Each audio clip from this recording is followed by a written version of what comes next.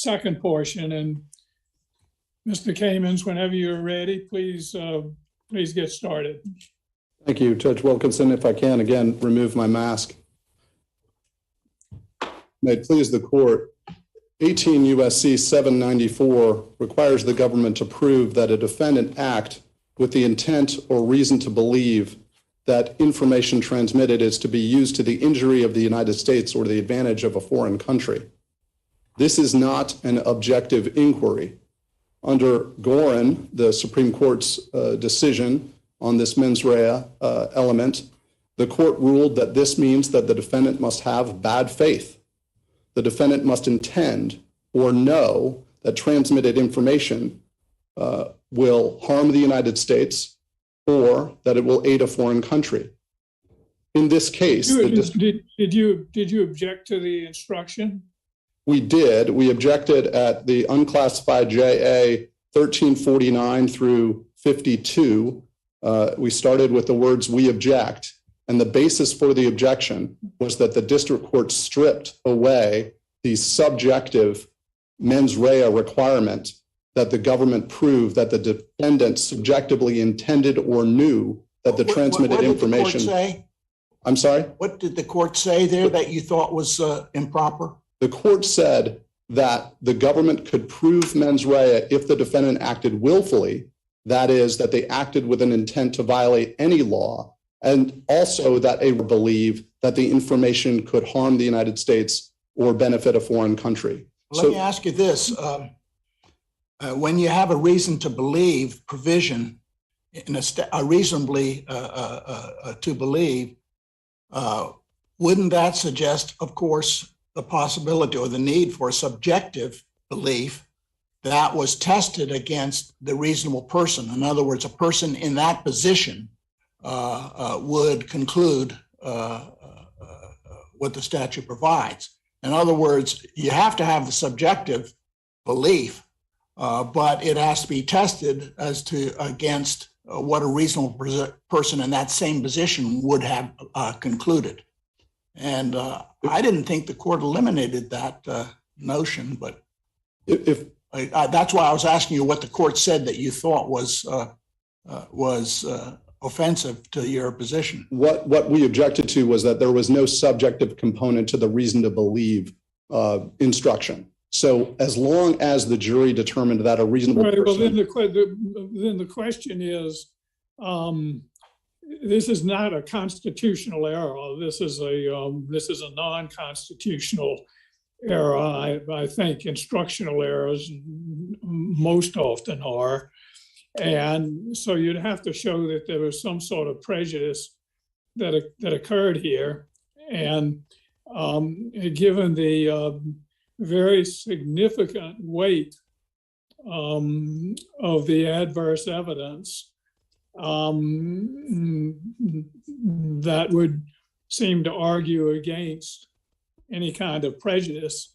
And as I understand it, the district court also expressly instructed the jury that negligence was not sufficient for conviction.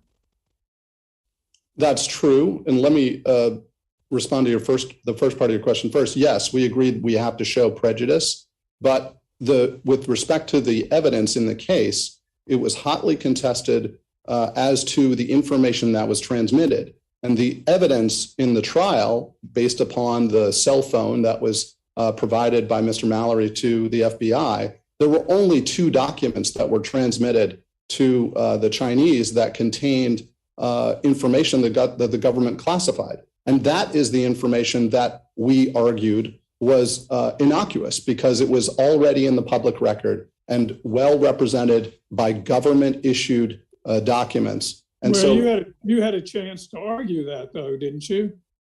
That it was already a matter of public record. Well, the information that was your closing argument.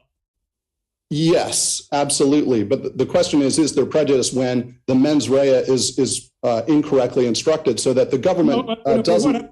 Excuse me. What I'm suggesting to you is that the combination of the evidence, and of course we can debate that, but I'm kind of reluctant to get into the specifics because I don't want to get into classified materials.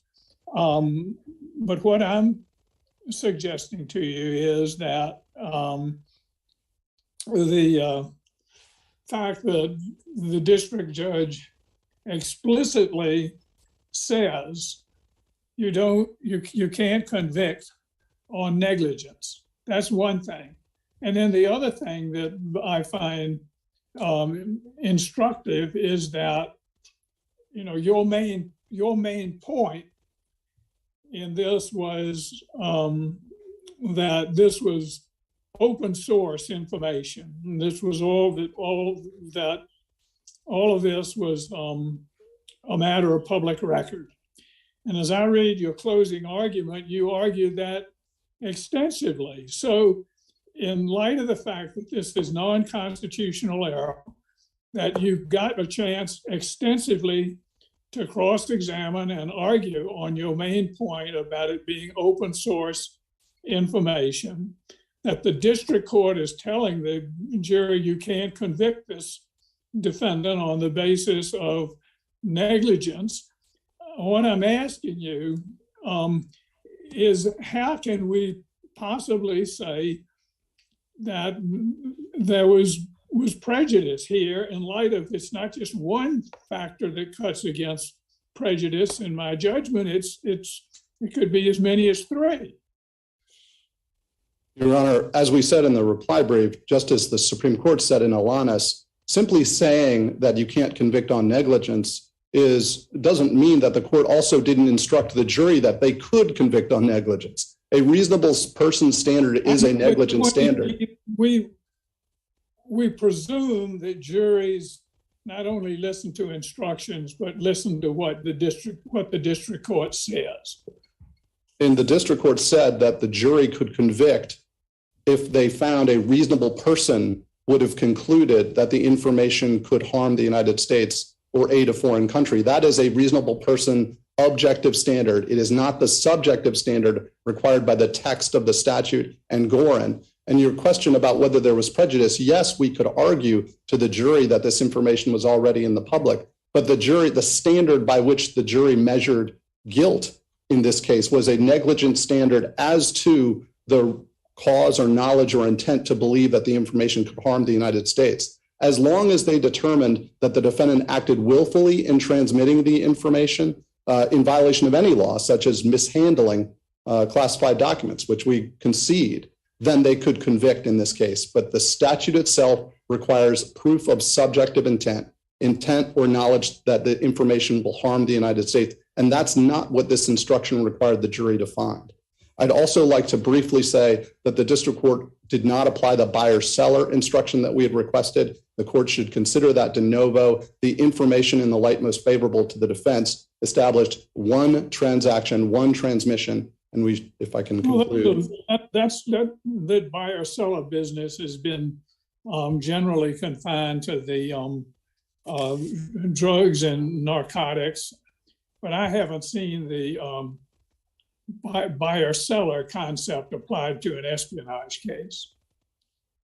I haven't either, but it has been applied outside of the drug context. There's a case, United States versus Gee, that we cited from the Seventh Circuit involving the sale of cable box descramblers, and the underlying principle of the rule applies. But you know, it's so foreign to the context here, where the allegations are that information was being transmitted to a particular person for use by the foreign country's intelligence. And clearly, this agreement was to send intelligence beyond this particular person. They too entered into an agreement, if they entered into an agreement, to do something that would facilitate or assist a third person, or that would adversely affect the United States, both of which would be within the scope of conspiracies. So the question is not whether that's not a crime. We agree it's a crime. No, the question is whether it takes a buyer-seller beyond a buyer-seller transaction to something beyond that. And we have cases that have analyzed when the buyer-seller transaction goes beyond, when it furthers the enterprise, it furthers the effort that's being agreed to, and it's not just for the two parties. That's fair, but in this case, there was simply one transmission, And so based on these facts. That doesn't tell you a thing. The question is, what was the purpose of the transmission? Well, if the purpose of the transmission is to make one transmission and there's no agreement beyond that one's transmission, then the buyer seller. Well, the allegation was the transmission was to aid another country or to hurt this country. And that takes it beyond the buyer seller. I mean, to me, you're way out on a limb on that one. Well, I don't want to belabor the point, Yeah. but that brings it squarely into the substantive offense of transmission, which is prohibited by 794A and isn't a conspiracy. But unless you have some rebuttal time that you've reserved, and if my colleagues have questions, we'll let them add. They should ask them. Otherwise, I'll ask your opposing counsel. Thank you, Your Honor.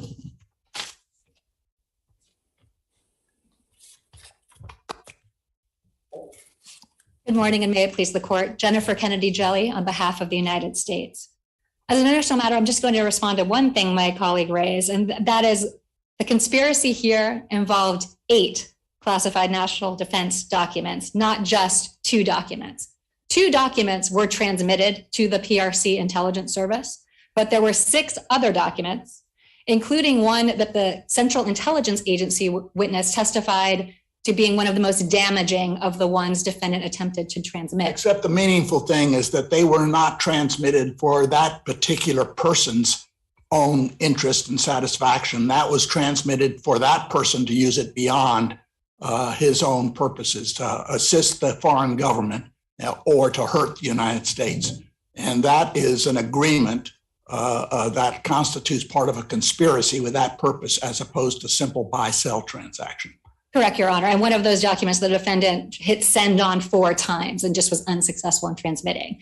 As to the instruction at issue here, Your Honors, as a preliminary matter, defendant didn't object to the reasonable person instruction below. So this court reviews that instruction for plain error. And in fact, not only did defendant not object, defendant indicated he had no substantive objection to the reasonable person instruction. And that instruction was not a purely objective instruction, because what it was asking was that the court instruct the jury that the reason to believe prong could be proven if the government showed what a reasonable person in the defendant's position would have understood the potential damage to be. And so what that instruction really did was instructed the jury on how to use the voluminous evidence in the record as to defendant's training and experience in the intelligence community. What you're saying is that the instruction drew it not just to a general hypothetical reasonable individual, but it honed in on this particular individual's conduct. Correct, Your Honor. And even as to the willfulness instruction that defendant now challenges, one of the sentences in that willfulness instruction read, an act is done willfully if it is done voluntarily and intentionally with the specific intent to do something that the law forbids. That is to say, with a bad purpose, either to disobey or to disregard the law with respect to the offenses that are charged in the indictment. So it wasn't as to any law, it was as to the charges in the indictment. And there was voluminous testimony in the record. The defendant signed multiple non-disclosure agreements during his time in the intelligence community that noted the harm of transmissions of this type of information to unauthorized recipients, and also noted that the defendant could be charged with 18 USC 793 or 794 were the defendant to pass these documents. Furthermore, in this specific case, on these specific facts, the government actually offered subjective intent evidence using the defendant's own words to the PRC intelligence officer. At UJA 1889, there's a message on the covert communications platform where defendant is pitching the value of these documents to the PRC intelligence service, writing the FCA info, and that was to obscure which foreign country. I want to make sure that my impression is correct, that I thought that the district judge had gone to some length to warn the jury off convicting on any theory of negligence. Is that correct? That is correct, Your Honor. And in fact, that reasonable person instruction followed a sentence in which the court said, it does not mean that the defendant acted negligently. And the reasonable person instruction was then followed by 6 sentences on willfulness, the word willful not actually appearing in the 794 statutory language. And again, that willfulness instruction tied it to the offenses charged in the indictment. So basically, we're told by Henderson v. Kibbe and other cases that we have to take instructions as a whole, and that we're not supposed to sort of, parse them and fly spec them. And what you're saying is that when you look at this instruction as a whole, it not only says doesn't mean you can't convict on negligence, you can't convict on negligence, but the district judge was pounding willfulness mens rea in the instruction. Absolutely, Your Honor. So the instruction appropriately reflected the plain language of the statute, that or in the statute, that there's both a subjective and an objective, although not purely objective, component to 794's intent standards, so that the government can show either that the defendant objectively intended to harm the United States or benefit China, or that the defendant, knowing what the defendant knew based on the evidence in the record, had reason to believe that the unauthorized transmission would benefit China or harm the national security of the United States. The instruction here... The interesting thing is that that phrase, reason to believe, means the defendant, not just any person or an objectively reasonable person somewhere in it, but the defendant had reason to believe. Yes, Your Honor. And the instruction said, in determining whether a defendant has reason to believe, the question is whether a reasonable person in defendant's position would have reached the same conclusion. So all that instruction really did for the jury was explain to them they can factor in the training defendant had received, the non-disclosure agreements that he had signed, what he would have been trained that the executive order on classification would tell him about the potential harm of passing secret and top secret documents to a foreign intelligence service would be. And once again, in this case, the government actually offered evidence of subjective intent to benefit the Chinese, because the defendant wrote to his handler in the PRC, the foreign country information lets you see their capabilities. They deal with your country per your government's agreement, but they also do stuff in China without your knowledge. You need to understand all countries that impact you, not just the United States. He writes again to the intelligence officer in China at UJA 1897. It does not appear to me that your organization has an appreciation for a larger intel stream. If you did not stovepipe what you collected, you would see other parts of your system are also interested in this information. Again, at UJA 1896, defendant says, as your object is to gain information and my object is to be paid for. And the covert communications between the defendant and his handler also show defendant subjectively understood the harm to the United States from passing this information. At UJA 1885, defendant wrote, the black was to cross out the security classifications, top secret. And in the record was that the defendant understood that top secret information can potentially cause exceptionally grave damage to the national security of the United States. At 1887, in the unclassified joint appendix, look it up, when they asked for me by name, valuable intelligence, and also that the defendant very well understood the damage to the national security that could result from passing these documents to the Chinese intelligence service. And as to the buyer-seller instruction, it is so inapplicable to this context, the government will rest on the papers unless the panel has any questions as to that issue. All right, if the panel has no questions, I think what we'll do is allow Mr. Kamens his rebuttal time. Thank you, Your Honors. Just a few points. First, we did object to the instruction given by the court. What the government has just referred to is discussion about a prior instruction on mens rea that the court didn't give. That instruction required proof that the defendant acted with a purpose to harm the United States or aid a foreign country. And the court stripped out that language in the instruction that it gave. So, of course, we didn't object to the prior instruction because it had the subjective component that is required by Gorin. Gorin says the obvious delimiting words in the statute are those requiring intent or reason to believe that the information to be obtained is to be used to the injury of the United States or to the advantage of any foreign nation. This requires those prosecuted to have acted in bad faith. That is a subjective test. That the court, didn't the court address the didn't the court address the jury and tell them that the defendant had to have a reason to believe? I mean, that was its first sentence, that the defendant had to have reason to believe.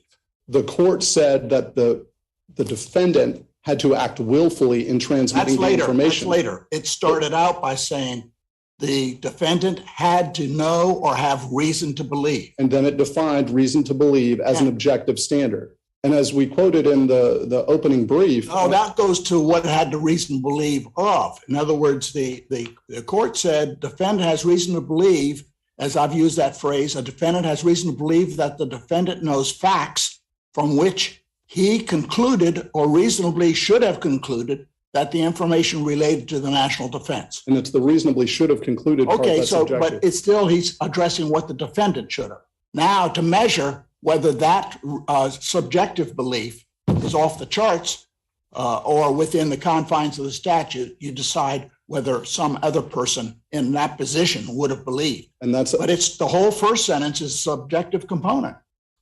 If I can it's a long sentence. If I can read from Alanis, criminal negligence standards often incorporate the circumstances known to a defendant.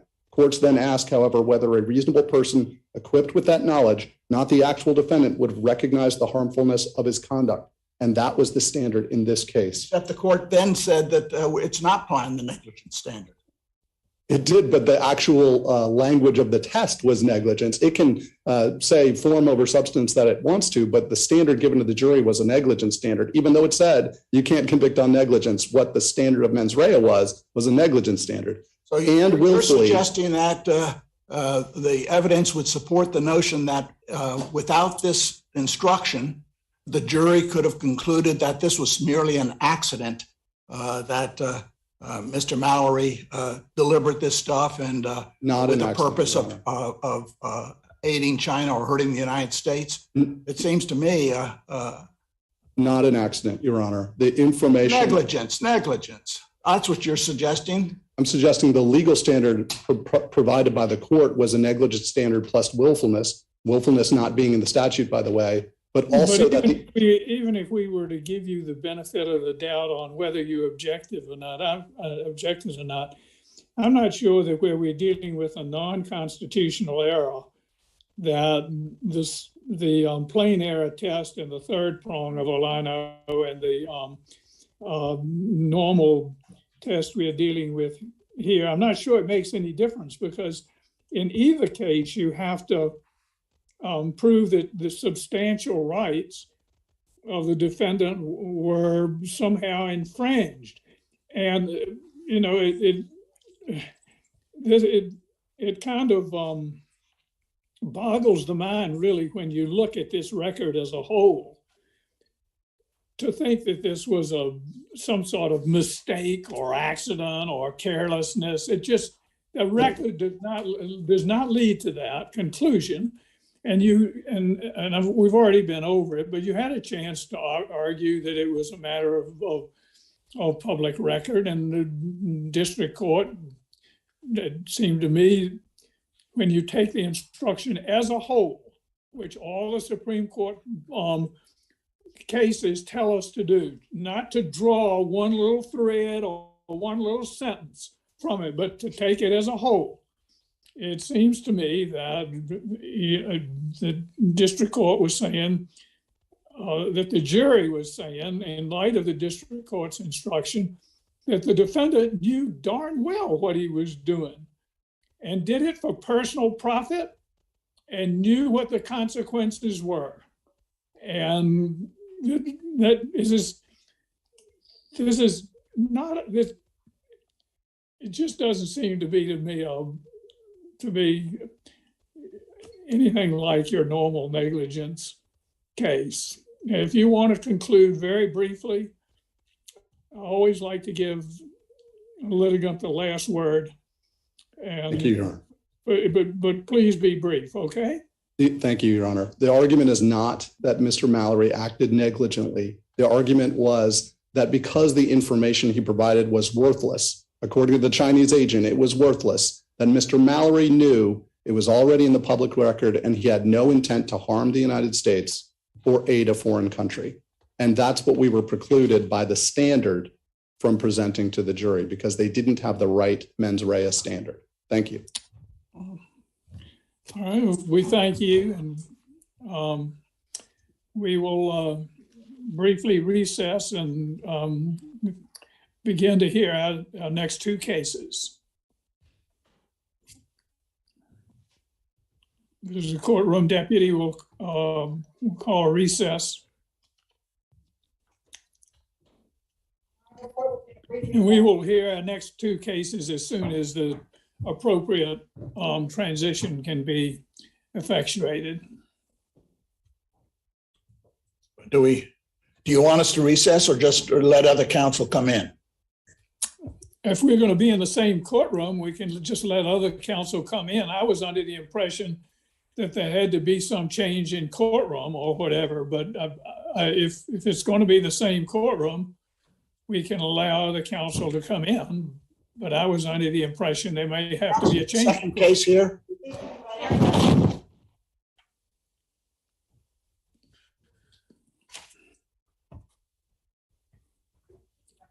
Oh, okay.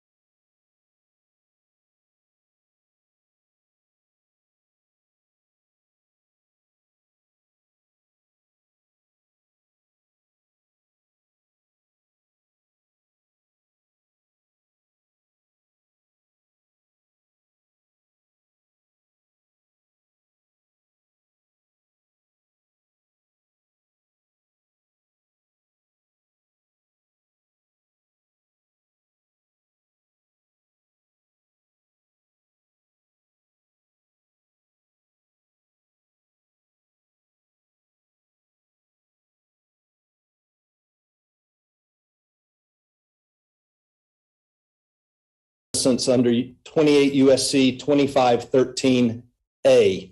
And I think to resolve this question, and we have to get to the more fundamental question, is if a South Carolina youthful offender sentence that carries of actual service of less than 1 year for the offender is an adult conviction, or is it more akin to a juvenile adjudication?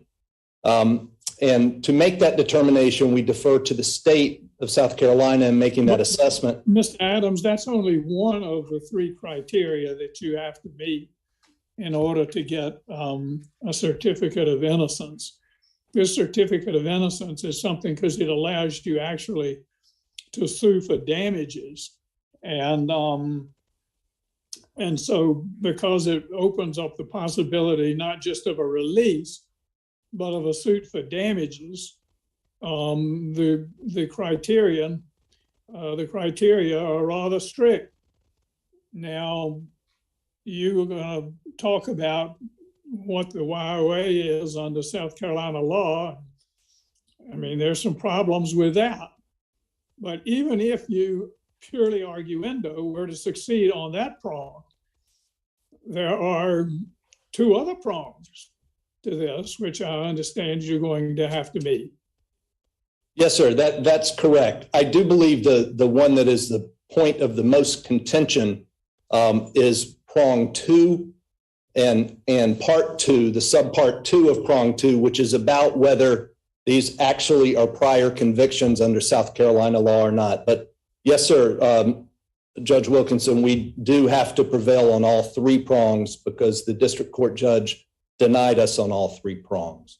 But if we can't win on part two, the second prong of part two, that it was no offense under U.S. law or South Carolina law, then there's no path forward for us. There should be. Let me ask you this: why do you think the standard, in light of the Williams and Sellers cases, why do you think the standard is on the actual times served rather than the possible penalty? Well, Judge, that gets back to the South Carolina youthful offender scheme that was set up. Most jurisdictions, most states, the federal courts have a bifurcated scheme where they're juvenile offenders and adult offenders. South Carolina in the late 1960s passed the Youthful Offender Act, which created a trifurcated system. They have juvenile offenders, adult offenders, and then they have offenders. The question is, whatever you think it is, but were the felonies punishable by more than 1 year? Yes, sir. Clearly they were. The Youthful Offender Act, the trial judge in South Carolina who sentenced Mr. Moon could have made the decision not to sentence him as a youthful offender and could have sentenced him to more than 1 year as an adult conviction. What's that got to do with the fact that he violated Section 922G? That's the offense. Well, the offense is a 922G that was enhanced to a 922. The sentence was enhanced. Yes, sir. All right, 922G, he did hold a gun, didn't he? He had a shotgun in his car at the time of a traffic stop. Yes, sir. All right. Clearly, we don't dispute that. Our contention is that how you get around prong one then. Our contention is that in fact should not have been a conviction because these were juvenile adjudications that he had under the YOA sentence, so he didn't have a predicate felony. That's the enhancement portion. I'm talking about the offense, possessing a firearm. He would have been a possession of a firearm not by a felon, and under South Carolina law, you can have a gun under certain circumstances in your car. So our contention is without the predicate felonies, he's not. Have you ever had the 922G conviction voided in some way? I realize you think, well, this shouldn't be a 922G offense, but the point is the 922G is on the books, and we can't re-argue that up here as to whether the 922G conviction should or should not be.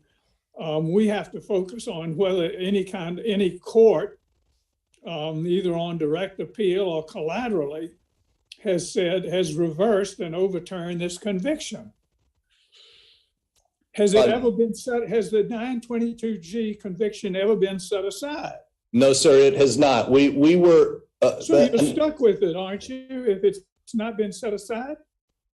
We are stuck with it. We were in the predicament as a lawyer in this type of case would be in the predicament of either pursuing relief under the certificate of innocence as quickly as possible so as not to default on the claim, or to try to seek a quorum nobis writ to reverse the underlying 922G. But this is not, this is not the court in which to rule. This is not the court to rule on the validity of a earlier 922G offense. You can challenge that on direct appeal. You can challenge it on collateral attack.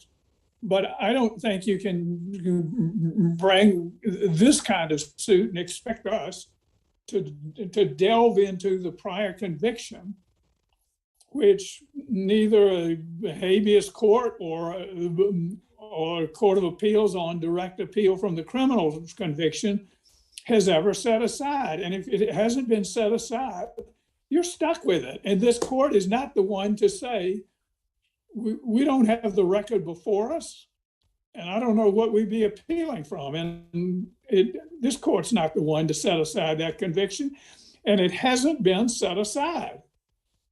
And that's Yep. the underlying conviction, not the sentence enhancement.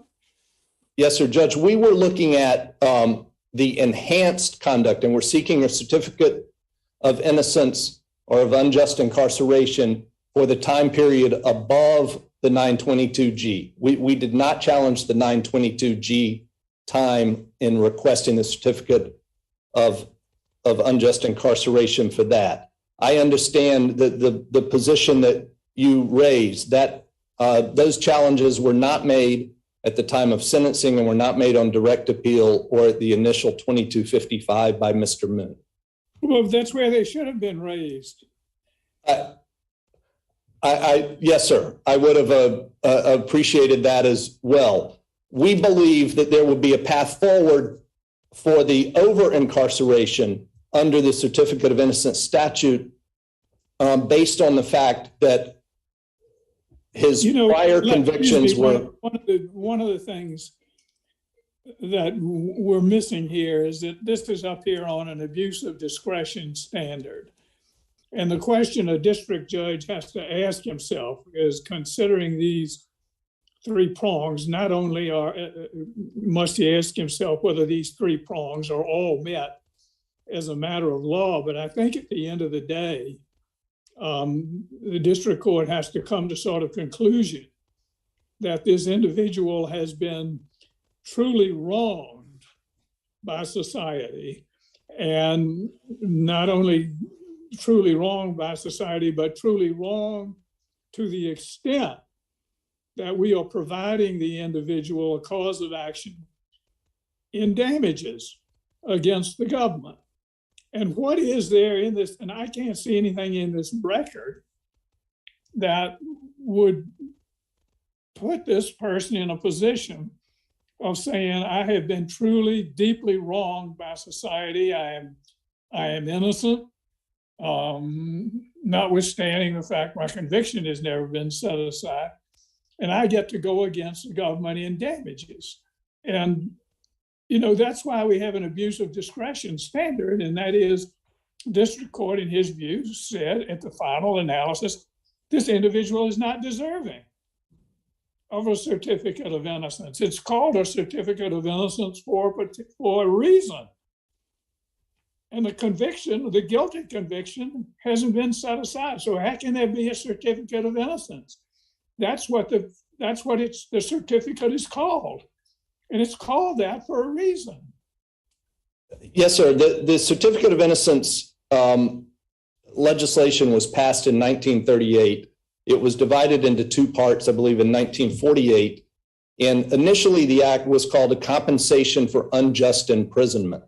They created, when they separated the statute, they created the second part, which had been, it was one part initially, and said a certificate of innocence. We think certainly unjust imprisonment, when a man who had a guideline range of 46 to 57 months serves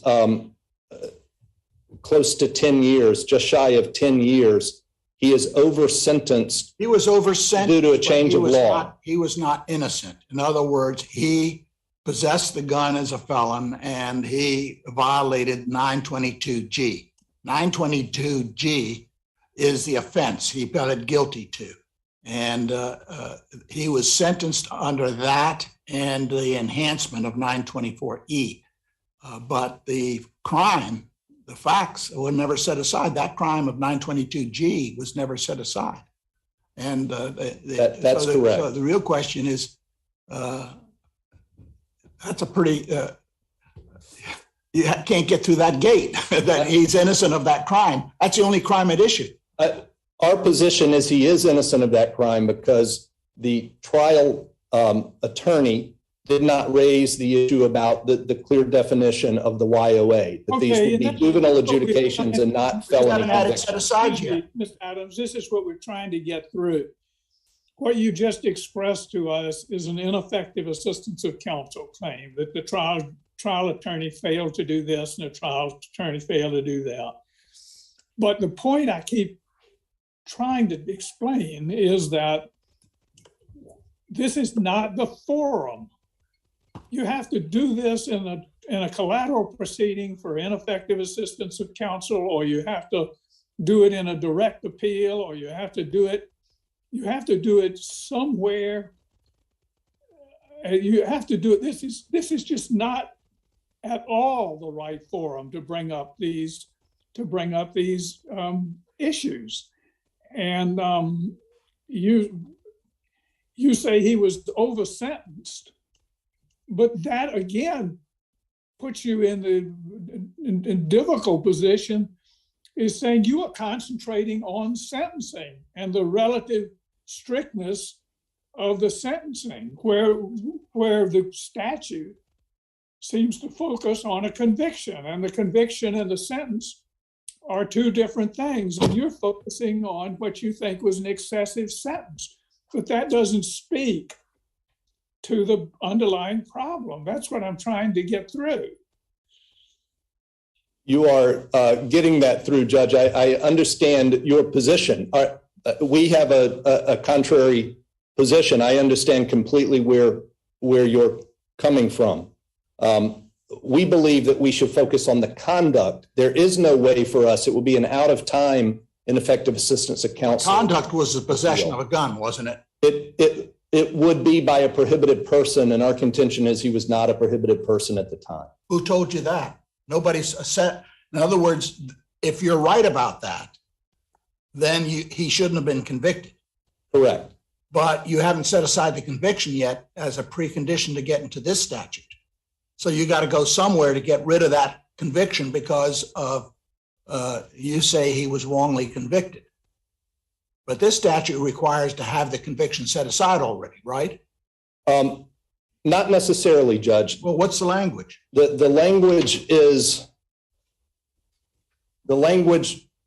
significantly the same as it was in 1938 and as it was amended in 1948. It says the conviction has been reversed or set aside on the ground that he's not guilty of the offense for which he was convicted. How do you get around the two verbs, reversed or set aside? Well, how we get around that is this was before there was an Armed Career Criminal Act, some 45 years before there was an Armed Criminal Act. My question is his sentence, his conviction has not been reversed or set aside. That I agree with that. Well, that's the first sentence of this whole statute. But we believe the enhancement, there was no such thing as an enhancement at the time the statute was created. So we think as a matter of interpretation that this should be interpreted to include the enhancement. And we made that argument in our brief. So we're supposed to conclude that when the statute says you have to get a reversal or set aside a conviction, that we only need to see if there was a mistake in the sentencing? We believe under the 924E, which has such a dramatic effect. I'm talking about 2513. We're construing 2513. Yes, sir. I believe that it should be construed as a way that would incorporate sentencing enhancements that passed decades later. Yes, sir. No, well, because even at the time, whether it be 1935 or 1948 or whatever, there were still judges who were strict sentencers, and there were judges who were lenient sentencers. And, there could be, at the time of the passage of the act, there could still be what you would, and under your theory, come to us and complain of an overly harsh sentence. So I don't think the underlying theory of it has changed. But at any rate, I'll ask my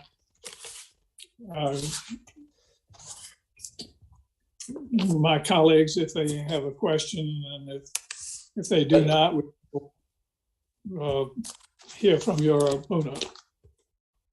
Thank you, Judge.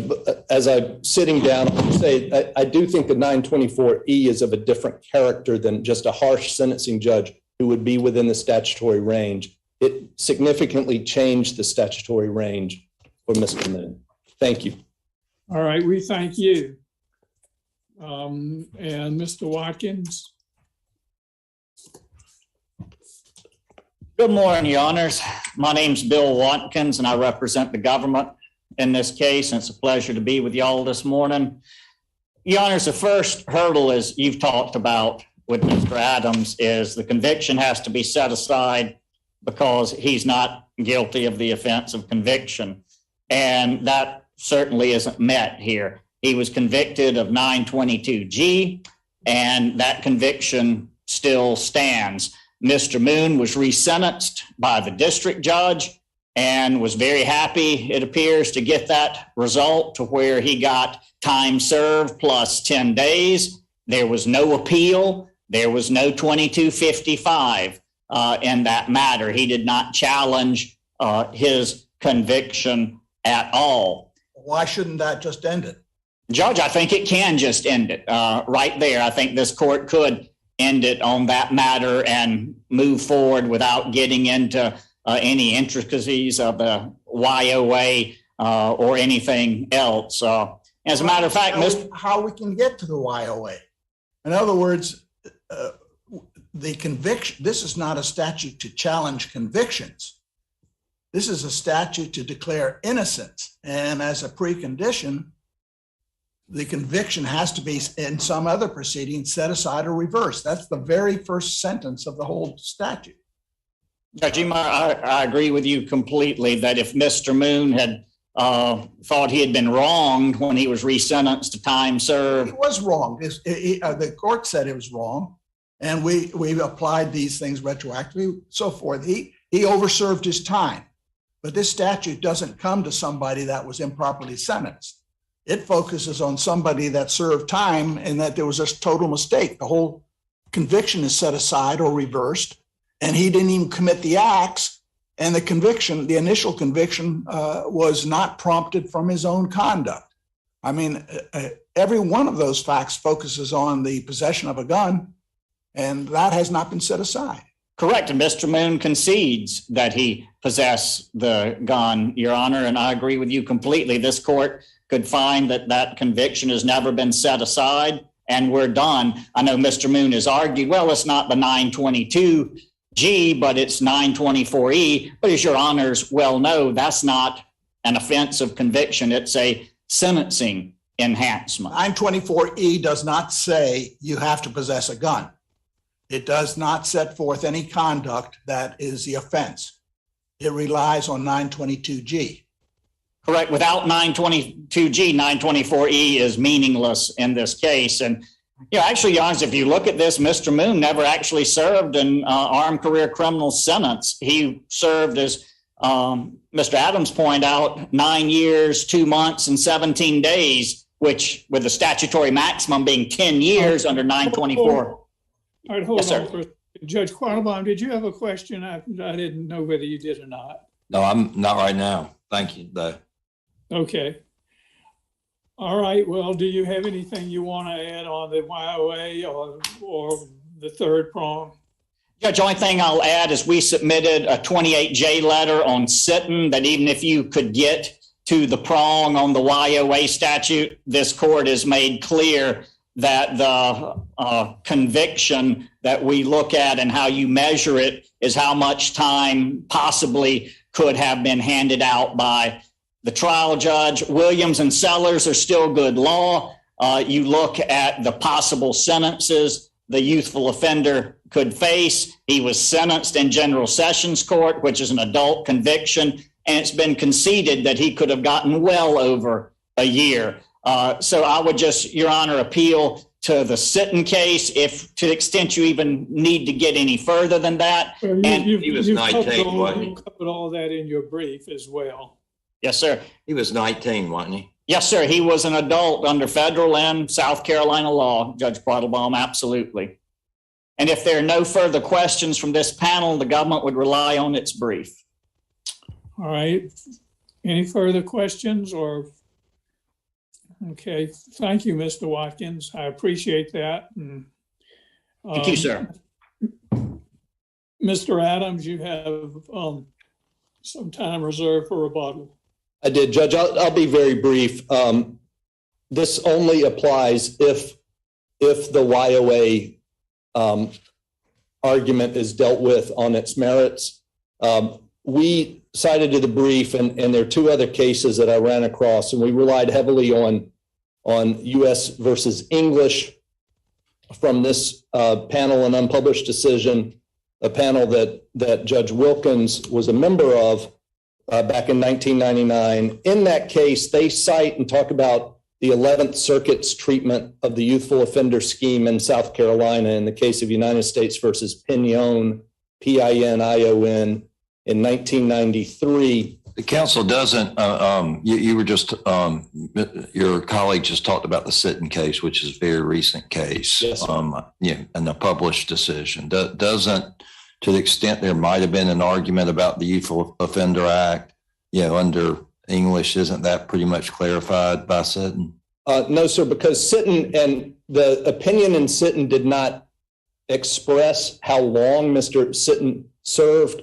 I went back and looked at the briefing in that case, and he served about 14 months in custody. He served more than 1 year, which is consistent with our argument that if somebody's under a youthful offender and serves more than 1 year, it is clearly an adult conviction. Our position is that's clearly an adult conviction. Our position is that if they serve under 1 year or have the sentence probated to a probationary sentence. But Sitton, I don't think decided it along those lines. Sitton decided it's an adult conviction because you were in general sessions court. And the fact that there was a procedure the state had adopted that allowed youthful offenders, most of whom are adults, to possibly have some relief didn't change the fact that it was an adult conviction. And the issue here, I think, as you acknowledged, is he had the potential to be convicted for well over a year. Just seems like I don't really understand how.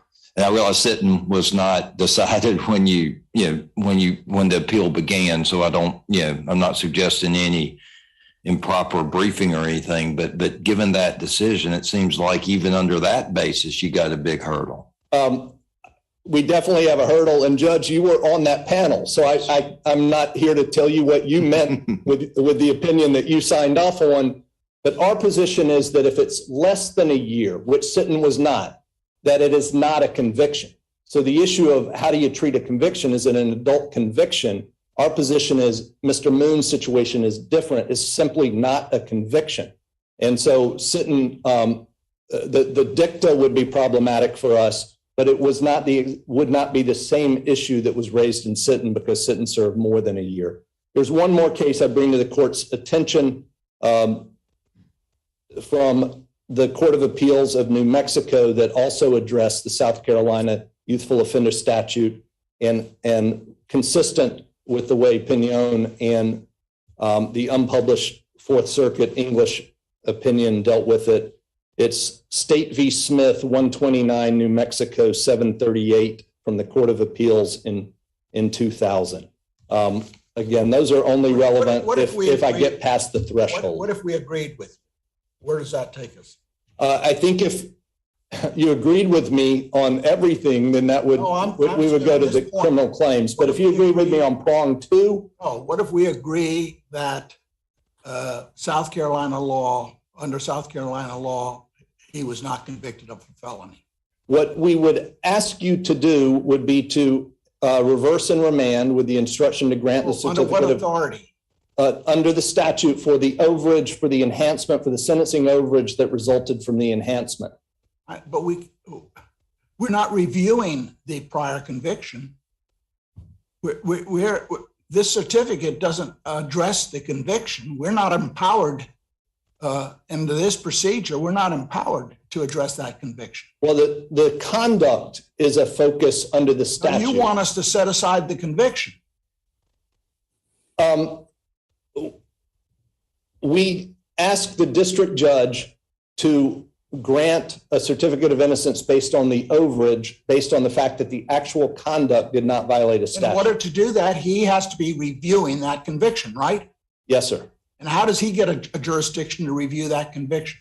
Under the certificate of innocence statute is our argument. Okay. Thank you.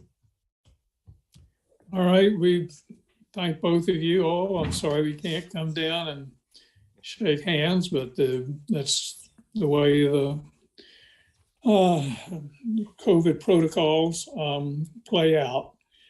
All right, we will move into our last case, Crockett v. Clark. Whenever Council is ready.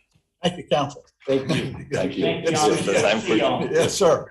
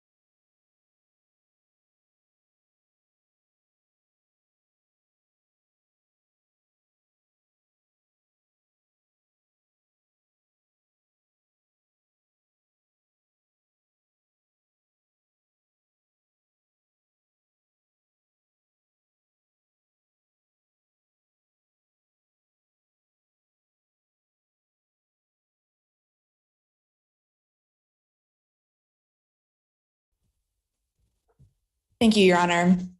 The starting point in this case is that trial counsel was deficient in failing to present the exculpatory evidence in Dr. Pape's report. This evidence should have been presented to the jury, and everyone agrees. The only question is whether Mr. Crockett was prejudiced. Counsel, if I could maybe suggest a different starting point, and I'm sorry to interrupt so early in your argument, but it's a kind of preliminary matter. Why are we allowed to consider this matter under 2254A, given that your client is not in custody? And wasn't, I don't think at the time the federal proceedings began, or am I wrong about that? I believe he was in custody at the time the federal proceedings began, but under this court's precedent in Plymouth v. Morandi, there's a collateral consequences exception to the mootness doctrine. Yeah, I agree on the mootness issue. But is the mootness issue the same as whether he's in custody in the first place? Or it may be your argument is if he was in custody at the time the proceeding began, that's the determinative time. That's precisely right, Your Honor. Okay. Thank you. And Mr. Crockett was prejudiced because the Pape report would have demonstrated that he could not have been the driver in the accident that killed his best friend. This extreme risk of wrongful conviction is precisely what habeas is designed to remedy. So it might be helpful to start with the actual text of the Pape report, and that's on JA 1036 to 37. It says that the cupping in the seatbelt was consistent with loading from occupant forces. And it goes on to say that if the seatbelt was not in use during the collision, one would not expect this cupping. So right there, you have a statement that the evidence was consistent with the driver having worn the seatbelt and that the cupping was inconsistent with alternate explanations. That is reasonable doubt right there. To reach the unreasonable conclusion that the Virginia Supreme Court did, you'd have to ignore all of that context from the Pape report. And that's before you even get to Dr. Pape's potential testimony at trial, which sentencing counsel stated would show there was absolutely no other way that the seatbelt cupping would have occurred except by being worn by the driver during the collision. Well, that's not what the report says, correct? I mean, yeah, that's added stuff, and maybe that would have been there, maybe it wouldn't. I mean, that evidence of seatbelt cupping is stuff that's, fault, even when you have, testimony that is to a reasonable degree of engineering certainty, that stuff is heavily contested evidence. I mean, the cupping here, I think the expert even admitted was not nearly as severe as you would have in a head-on collision. And there's all sorts of stresses and strains that happen with seatbelts during the course of that product's life. My only point, and that's not to say his opinion's right or wrong, but those issues are, very contested issues And to somehow suggest because he said that, oh, everything's over, he was the driver, that seems to stretch it, no pun intended, way more than the report could do. I don't think so, Your Honor. And the reason why I say that is that it's not contested in this case. There's no expert evidence on the other side that would cause a juror to doubt Dr. Pape's conclusion. And even from the four corners of the Pape report itself, before you even reach any of the statements. I think that's fair, except for all the evidence about, not seeing someone leave the car and stuff like that. But in terms of the merits of there not being evidence to contest the report, that's because the report wasn't subjected to cross-examination. There wouldn't be because it wasn't part of the trial. Right. That is precisely right. And why a grant of habeas with, the state's opportunity to do whatever they want after is the appropriate remedy. As for Your Honor's point about the witnesses who observed the accident, I think it's important to note that to a person, every single one of those witnesses testified that it was extremely dark in that area. In fact, the first two individuals to arrive and see the accident were neighbors. They lived right by where the accident took place, and they couldn't even find the car at first because it was so dark in the area. So the fact that the Commonwealth relies on these incredibly flawed witness statements is telling. How long was it that the first witness got to the scene, right to the car? Pamela Patrick testifies that it was approximately 1 minute. All right. So your supposition is for prejudice is that the real driver was in the car wearing a seatbelt, and after the accident, he unleashes the seatbelt and goes out the window. Is that right? I'd like to answer your question in two different ways, Your Honor. Well, I just want to start that because I haven't finished my question. Okay. But the fact is he would have to release the seatbelt and he would have to go out the window. The door was not opened and the door was incapable of being opened. That is correct. And the window was down, apparently. That is correct. All right. And at the time everybody came to the scene, Crockett's body was half in the front seat and half in the back seat, legs over toward the steering wheel and the body over the seat with the head in the back seat, right? Yes, but I'd like to add a couple details to that description. Well, it's not important to what I'm asking. Okay. I'm suggesting that, okay, you have a driver in that driver's seat. He runs into a tree. He's clearly stunned. He's got to figure out where he is and what he's doing. He then decides, oh, I have to get out of here. So he has a body lying over him. He has seat belts that he has to undo. He has to move the body off of him to get out of the window and has to climb out the window. That's the supposition. I looked at all the pictures and read where everybody placed the body. They use different characterizations, but they all have the body the same place. And so my question is, this is all before a jury. And the supposition that because the seatbelt looks like it was operated because it has a cup in it, therefore there had to be a driver. That doesn't follow in this context to a jury. It didn't follow even to me. I looked at that picture. It looked like just a little wrap. I've never seen a seatbelt cupped. I didn't see any evidence of studies that show cupping or that the seatbelt over 10 years didn't get cupped sometime earlier for something. In other words, this is so marginal in view of the facts that were presented to the jury. For you to show prejudice, you're going to have to show that there would have been a difference had he gotten this guy's expert testimony and put it into trial. I agree. And I must say it's a pretty heavy burden. I agree completely with Your Honor's characterization of the prejudice inquiry. The problem for the Commonwealth is that they have to grapple with this definitive statement from Dr. Pape that the cupping would only have occurred through a total loss collision, and that the statements from Dr. Kirk and Robert Bagnell that Mr. Crockett could not have been found. Excuse me, counsel, we just seem to be replaying the fine points of the jury trial and sort of ignoring the overall framework of this, which is clearly under AEDPA. And you've got the Virginia Supreme Court saying that there's no prejudice under Strickland, and you've got to show by clear and convincing evidence that that's wrong, or that there was an unreasonable application of clearly established law. And you may come to a different conclusion, but we're not reviewing this as a court of in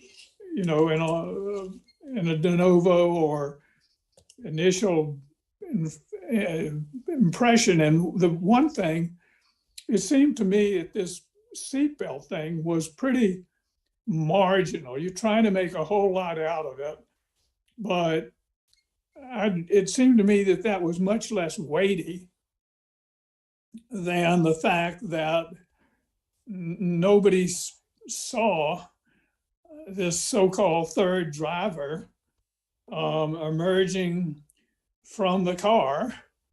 And as Judge Niemeyer points out, it's odd to think that the other driver survived the crash, immediately extricated himself, and fled without anybody having seen him.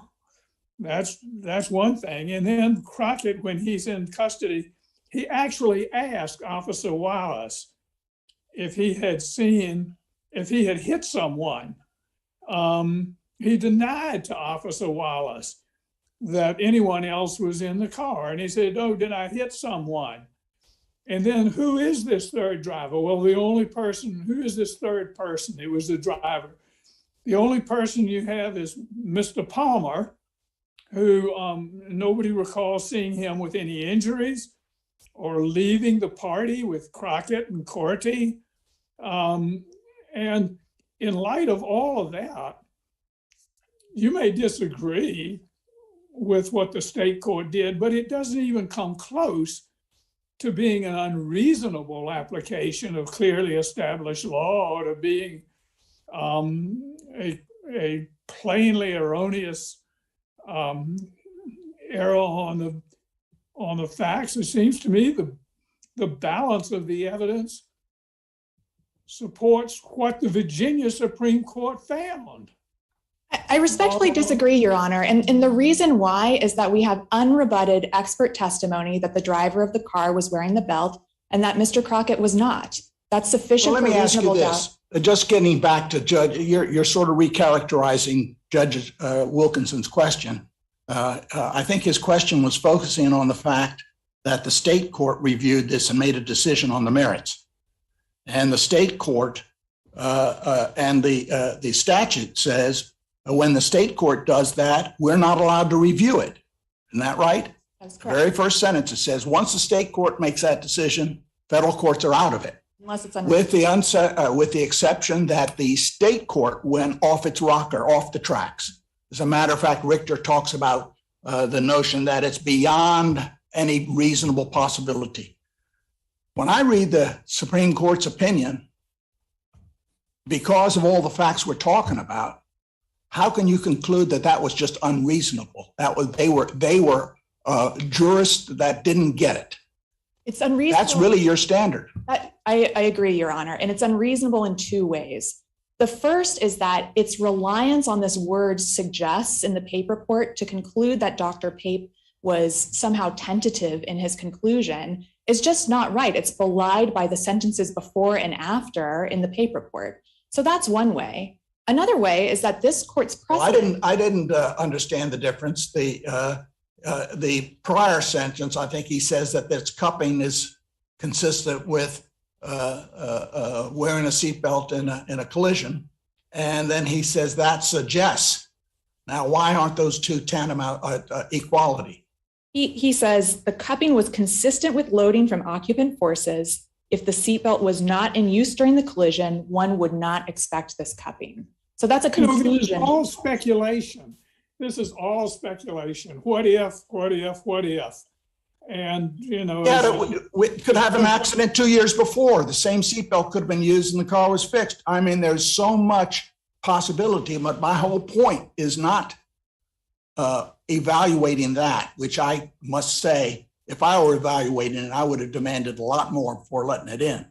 But quite apart from that, the question is, when the Supreme Court looked at all that, it concluded that there was no prejudice. It didn't think that was a weighty enough. That was its judgment.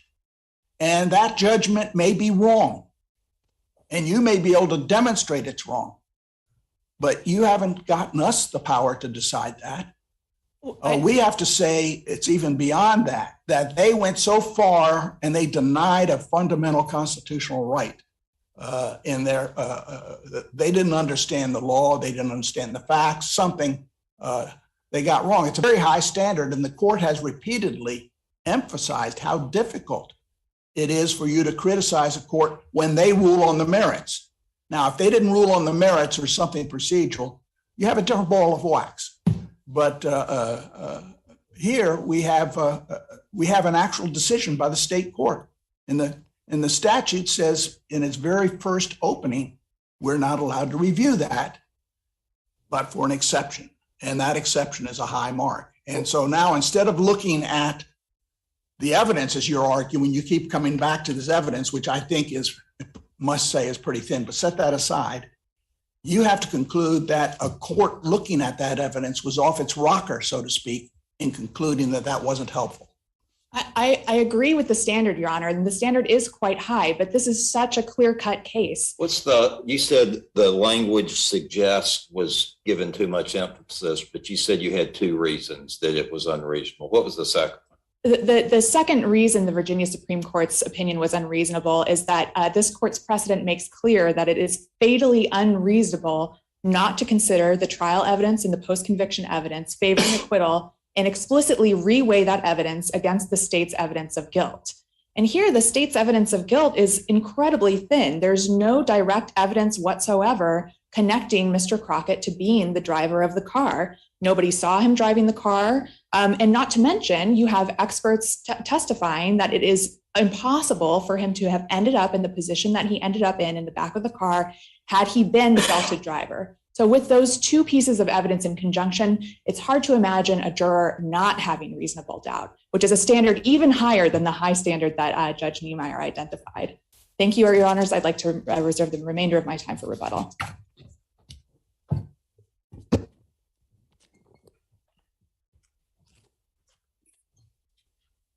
Ms. Johnson, whenever you're ready. Thank you, Your Honor. Good morning. May it please the court, Victoria Johnson for the respondent in this 2254 habeas matter. The district court properly denied habeas relief in this case and an evidentiary hearing as well. The state court judgment reasonably and faithfully applied the Strickland standard and reasonably interpreted the facts of this case. The record refutes Mr. Crockett's factual allegations, and Mr. Crockett has not shown Strickland prejudice. This court should affirm. Counsel, the Virginia Supreme Court, I think I'm right on this, addressed prejudice, particularly as it related to the report and the seatbelt evidence. I don't think the Virginia court talked about the affidavits of the jurors. Am I correct about that first as a factual matter? That is correct, Your Honor. What's your position about whether that evidence, which wasn't ruled on, how that affects the standard we apply and the response from your colleague that warrants our relief? I believe that the presumption, unless there's something to the contrary in the record, is that the state court considered all of the evidence before it. Here, the state court in its state court order stated that it reviewed the exhibits that Mr. Crockett had attached to his state habeas petition, and that would include the juror affidavits. So your view is that was considered, even though it wasn't expressly discussed, and we should rule on it as if it was just like the persuasiveness of the report? Yes, Your Honor. I think everything was in. There were, I believe, 400 some exhibits to the state habeas petition or 300 some. I don't think it's reasonable that the state court would have listed every one, but the state court said that it considered the entire record. Now, I will say, I think the Supreme Court, particularly in Harrington v. Richter, has wrapped our knuckles time and again. I can always, if given enough time, pick some flaw in a state court proceeding, which I think I don't blame the appellant for trying to do that, but that's not the way we can go about it. And I think that you have to, just in fairness to the state courts here, and to reverse say the Virginia Supreme Court was unreasonable or off the rails, or that no fair-minded jurist could have reached that conclusion. It's almost insulting to what I think is a very fine court.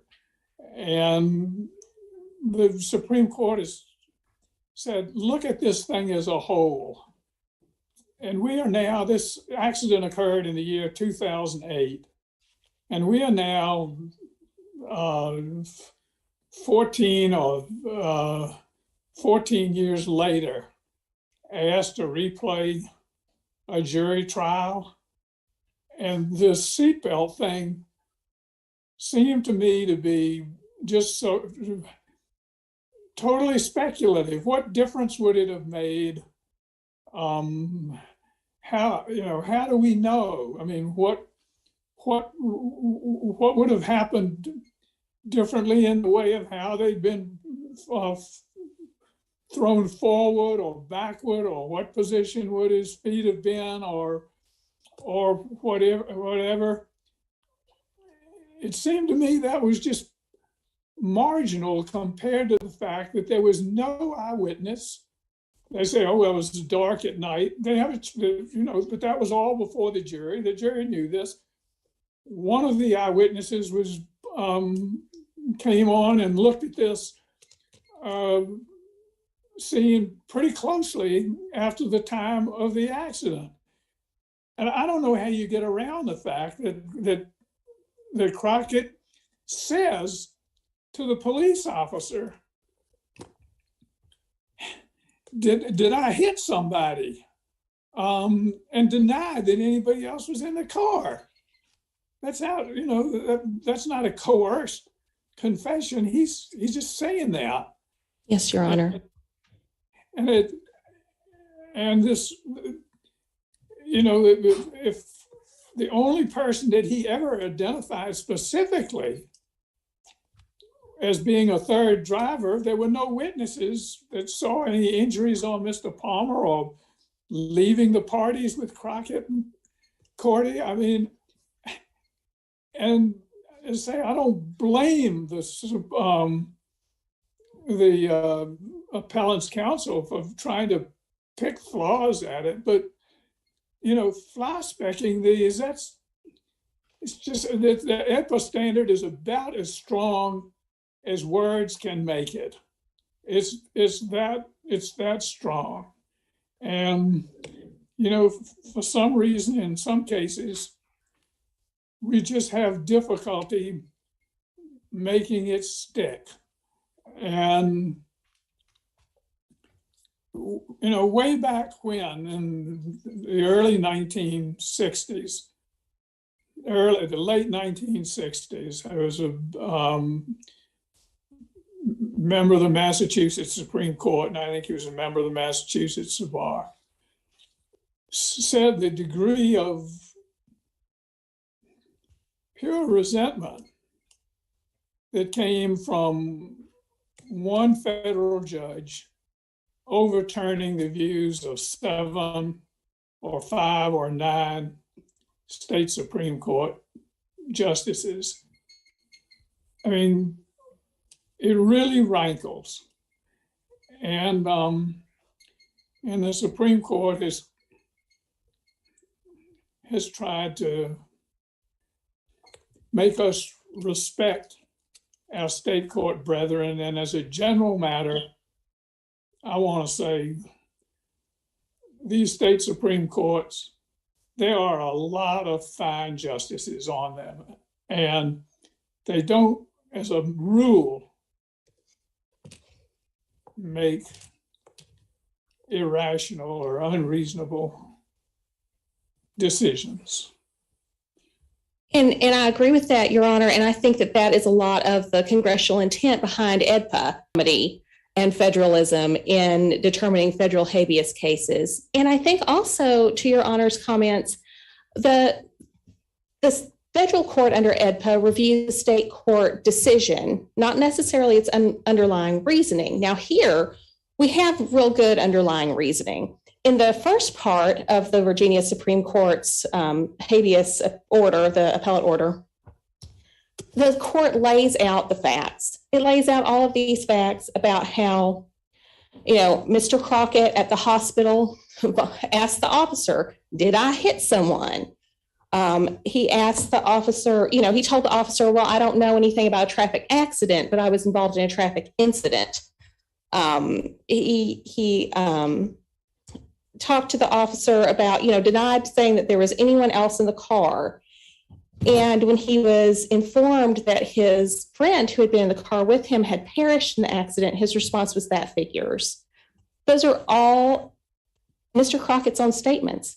Added to that, we have all these eyewitnesses. And this is an unusual case when there's so many people who rushed to the scene and they were there looking to render aid. They heard this horrific crash. They saw this car wrapped around the tree. I know the court has seen the pictures. This car was absolutely mangled. This was a horrible, horrible traffic accident. And you have people that were there within a minute, and they all say that Mr. Crockett is exactly where the driver of the car would be. He has his feet in that underneath that steering wheel. He's kind of angled. Officer Buchner described him as his shoulders being kind of in the passenger seat. His waist is at the console. His head and shoulders are in the back passenger seat. And that's exactly where you'd expect a driver to end up in a passenger side impact. If you're examining the accident, the more remarkable thing is that he's in that position. And if somebody else was driving, he would have had to get out from under that man. Yes, Your Honor. And I think and if he came out from under that man, the man would have been pushed over on his side or in some other place. And that would have taken time, more than a few seconds. And everybody was there within less than a minute or a minute, whatever. And I think those are the key facts to this case. To support Mr. Crockett's theory, this third person driver would have had to unbuckle his seatbelt, get out from under the deployed airbag, which is no joke, and would have to get out from under at least Mr. Crockett's legs, bail out the window, run through the woods, and arrive back at this party with no visible injuries, no mud on him, no debris on him. And that is just pretty near to physical impossibility. Under these facts, the court can't say that the Virginia Supreme Court unreasonably applied the facts or unreasonably applied the Strickland standard. Furthermore, Your Honor. Well, the Supreme Court basically has said that we're supposed to decide whether a fair-minded jurist could have reached a different result. Yes. And the argument here is basically that the Supreme Court, that the appellant says the Supreme Court was wrong. But let me see what he says. Pardon me? That wasn't me, Your Honor. Go ahead. Okay. The question is not whether they were wrong. Right. The court has told us that many times, or whether we disagree. And the argument here, unfortunately, keeps going into the decisions about was Crockett prejudiced or not? And we go through all the facts. And the only reason for going through the facts is to show that people can debate this. And if they can debate it, the whole idea is to let the state system take care of it. We're not an appellate court for the state. We're reviewing something collaterally to make sure the Constitution's been followed. And the court announced the constitutional principle, announced the prongs of Strickland, and summarized that accurately. So we knew it was applying Supreme Court law. And so the only question now is, was it within the realm of debate for a reasonable-minded jurist? And if it was, we're instructed to leave it alone. Yes, Your Honor, that is a correct summary of the AEDPA standard, and I believe that AEDPA standard governs in this case. This was a decision on the merits. It was completely reasonable, unless there is no way a reasonable fact finder could, or a reasonable jurist could come to the conclusion that the Virginia Supreme Court did. That ends the analysis under the AEDPA. For those reasons, I would ask the court to affirm the denial of habeas relief.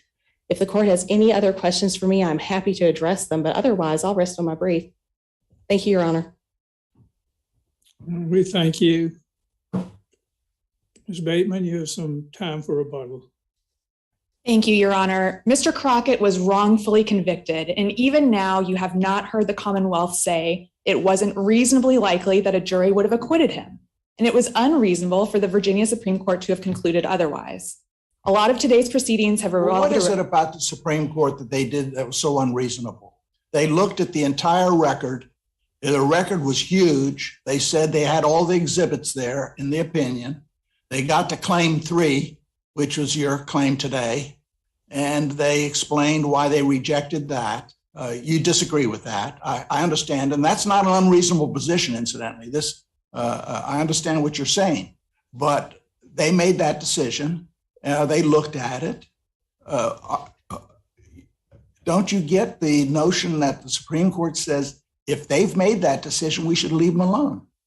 That's not what the Supreme Court says. That's what the statute says. The statute says leave them alone. It says the very first sentence says that we are not to review one habeas that's been decided by the state court. Here, the state court's malfunction was so extreme that it requires the federal habeas court to intervene. Extreme? It was extreme because it did not consider the post-conviction relief evidence that it was virtually impossible for Mr. Crockett to have been the driver. And to the extent it considered it, which it didn't consider it in the context of the trial testimony. To the extent it did, it could not have reasonably reached the conclusion that it did. And I'd like to address Your Honor's concern that the third-party driver would have had to come out from under the body of Mr. Crockett. That's just not the case, because trial testimony reveals that Mr. Crockett's legs were on the back of the front driver's seat. So all you have I read many people said it was sort of under the steering wheel too. He was sort of an angle. If you look at the pictures, the seat was bent back, and he's bridging on. It would have been bridging on that seat. His body was in the back. But quite apart from that, there's no way that anybody with his body in that position wouldn't have had to figure out how to get the seatbelt off, get out from under that body, wherever it was, if it came over from the back seat, fine. But he still had to get out, and he had to climb through the window. That's right. And so somebody sitting there within a few seconds of the accident. It's worth noting, Your Honors, that Jacob Palmer was a 16-year-old boy, and this is an incredibly small car. It's a 1998 Honda Accord Coupe. It does not strain credulity that such an individual could jump out of the window and abscond into the woods. Counsel, we're just trying to replay the whole jury trial. We're just going over the facts and everything, but the jury heard most of what you was aware, or heard most of what you were saying, except for the seatbelt thing, which I think is marginal. But we're asking to throw deference to the wind in 2 respects. One, the rule of Virginia Supreme Court was not just incorrect, but which I don't think it was, but was unreasonable. And second of all, that the jury was wrong. And so the deference to the jury goes out the window. The deference to the Supreme Court, Virginia Supreme Court, goes out the window. Your Honor, deference to the jury is not implicated. Here, the jury did not get to hear the testimony that was so crucial. That's always the case. It's always the attempt to make the jury trial just seem a warm-up exercise for the post-conviction proceedings. And we are diminishing the places, as Justice Rehnquist repeatedly said in Wainwright v. Sykes, we are diminishing the place of the actual trial and the jury in these proceedings, and that's not even to mention what we're doing to state courts. It's a problem. We are just jumping the rails and moving into a lane where we do not belong. EDPA makes habeas relief difficult, but this is a case where that relief is warranted. We ask that you reverse and remand with instructions to grant the writ or to conduct an evidentiary hearing. Do you have anything further? I'll be glad to let you have the final word on this because we've taken a bit of your time. Thank you, Your Honor. Nothing further from me. Okay. All right, we thank you, and counsel, I'm sorry we couldn't come down and greet you personally, but I do appreciate your argument. And come a day when COVID won't require these kinds of protocols. All right, we will adjourn court, and we will head to conference. I'm going to ask the courtroom deputy to adjourn court, please. Honorable Court. God save the United States, this honorable court. Are we staying here?